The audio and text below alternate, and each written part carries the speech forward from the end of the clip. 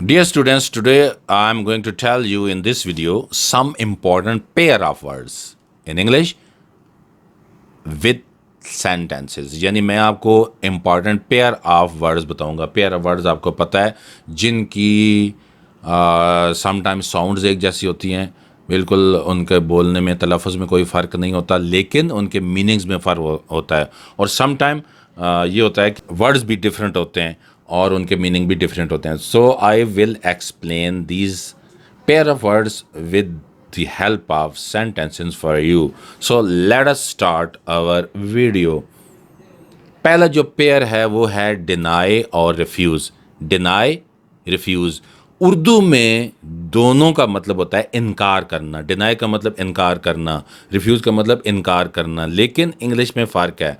Deny का मतलब होता है इनकार करना किसी चीज़ की तस्दीक करने से. तो आप सेंटेंस सुनेंगे तो समझ आ जाएगी. ही denied that he had made a mistake. उसने इनकार कर दिया कि उसने कोई गलती की है.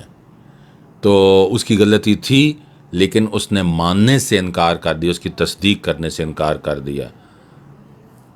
रिफ्यूज़ का मतलब भी इनकार ही होता है, लेकिन किसी चीज़ या काम के करने से जो है ना वो इनकार करना. Shami refuse to work in this company. Shami ने इस कंपनी में काम करने से इनकार कर दिया. Desert and dessert. Desert, dessert थोड़ा बहुत फ़र्क है प्रोनाउंसिएशन में. और डेजर्ट का मतलब होता है सहरा, यहाँ रेत ही रेत होती है. तो इसका सेंटेंस है my camel runs very fast in the desert. मेरा ऊँट सहरा में बहुत तेज़ी से दौड़ता है, भागता है. और डिज़र्ट का मतलब है पकी हुई कोई भी मीठी चीज़, यानी जो मीठी चीज़ पकाई जाती है, स्वीट डिश होती है, उसको हम डिज़र्ट कहते हैं. तो इसका सेंटेंस है custard is a very popular dessert of Pakistanis. Custard पाकिस्तानियों का में बहुत ही मशहूर डिज़र्ट है. यानी ये मीठी जो चीज़ है कस्टर्ड, ये पाकिस्तानियों में बहुत ही मारूफ़ है, बहुत ही मकबूल है, इसे बहुत पसंद किया जाता है. नेक्स्ट पेयर है डिस्कवर इन्वेंट. तो इन दोनों में एक तो साउंड एक जैसी नहीं है, स्पेलिंग भी डिफरेंट है. तो बहरहाल डिस्कवर का मतलब होता है दरियाफ्त करना और इन्वेंट का मतलब है ईजाद करना. दरियाफ्त करने का मतलब ये होता है कि चीज़ पहले से मौजूद है और आपने सिर्फ उसको सर्च किया है, उसको तलाश किया है और ढूंढ लिया है. इसको कहते हैं डिस्कवर करना, दरियाफ्त करना. Columbus discovered America. कोलंबस ने अमेरिका दरियाफ्त किया.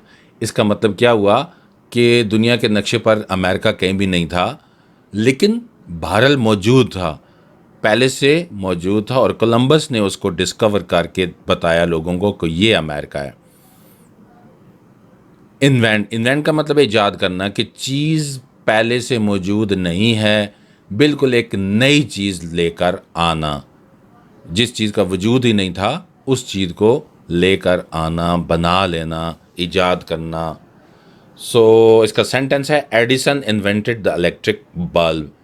एडिसन साइंटिस्ट का नाम है, उसने इलेक्ट्रिक बल्ब ईजाद किया. यानी दुनिया में मौजूद नहीं था, इसका वजूद ही नहीं था इलेक्ट्रिक बल्ब का, तो एडिसन ने उसको ईजाद किया. नेक्स्ट पेयर है डोज, डोज. अब इनके प्रोनाउंसिएशन में कोई फ़र्क नहीं है. डोज, डोज दोनों एक जैसे हैं.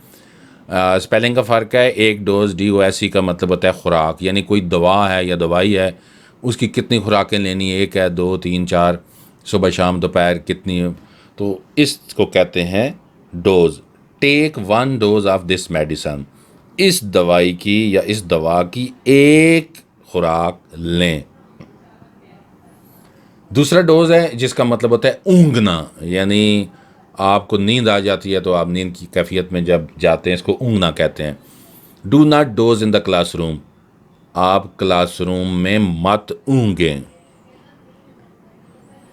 नेक्स्ट पेयर है ड्राउन, सिंक. उर्दू में ट्रांसलेट करेंगे तो दोनों को कहते हैं डूबना.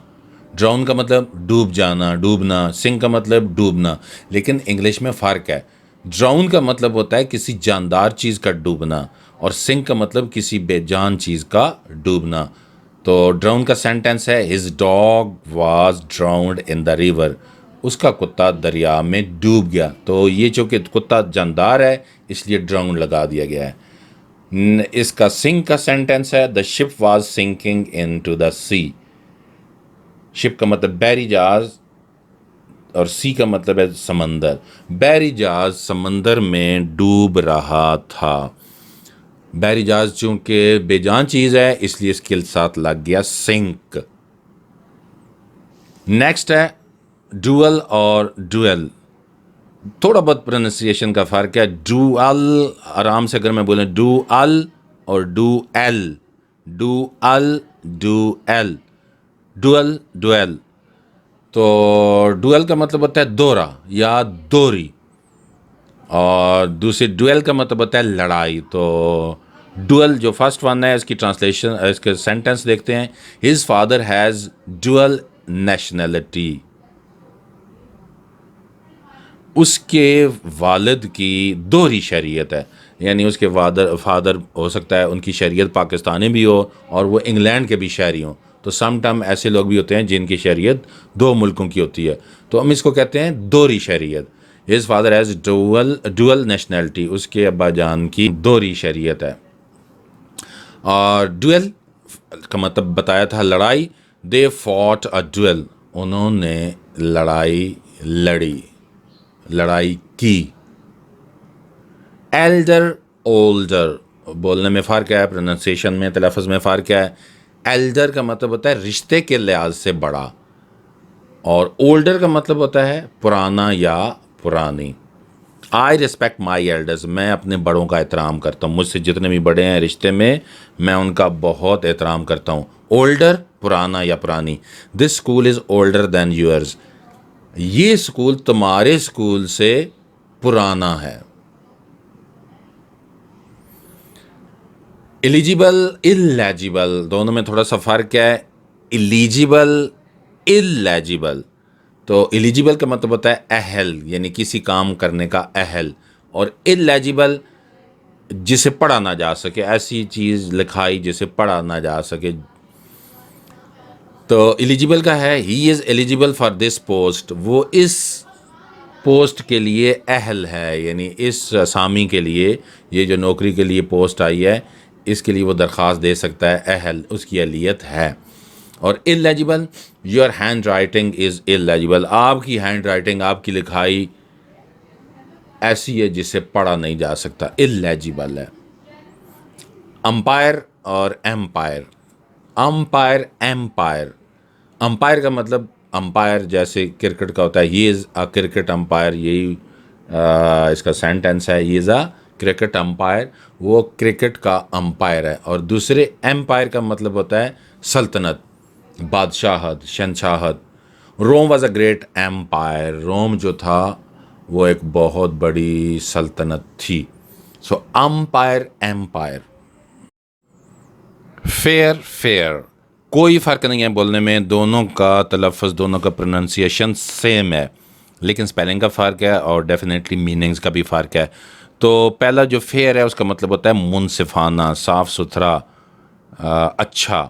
और दूसरे फेयर का मतलब होता है किराया, किसी सवारी वगैरह का, जैसे बस वगैरह हो गई, गाड़ी हो गई, कार हो गई, हवाई जहाज़ हो गया, तो सवारी का किराया। और तो फर्स्ट जो है उसका सेंटेंस देखते हैं।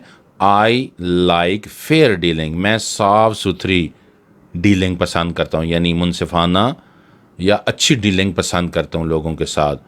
तो दूसरे फेयर का मतलब, जिसका मतलब है किराया, किसी सवारी का। इसमें यह भी याद रखें कि ये एक बस या गाड़ी या हवाई जहाज़ या किसी सवारी का किराया है, जबकि जब किसी मकान वगैरह का जो किराया होता है उसकी इंग्लिश रेंट होती है, वो इसमें नहीं होता। तो बहरहाल फेयर का मतलब होता है किसी सवारी का किराया। बस फेयर इज़ वेरी हाई, बस का किराया बहुत ज़्यादा है, बहुत ज़्यादा हाई है, बहुत ज़्यादा है। Thank you for watching my video.